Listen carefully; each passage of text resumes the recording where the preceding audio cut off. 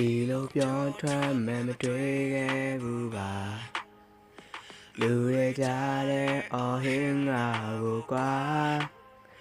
စူဘူးပြီးမင်းထွက်သွားစကားတော့လဲလို့မကြည့်ပါကြံရည်သူကော်ဖီဆိုင်ထဲမှာ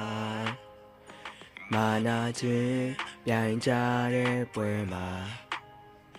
ဘယ်သူမှလည်းမနိုင်တော့အရှုံးတွေတာအိမ်ပြန်ရင်လမ်းလျှောက်မှာ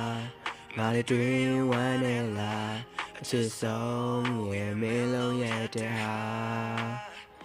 ဒီလိုနဲ့ဝေးရရင်တန်ရဲ့လား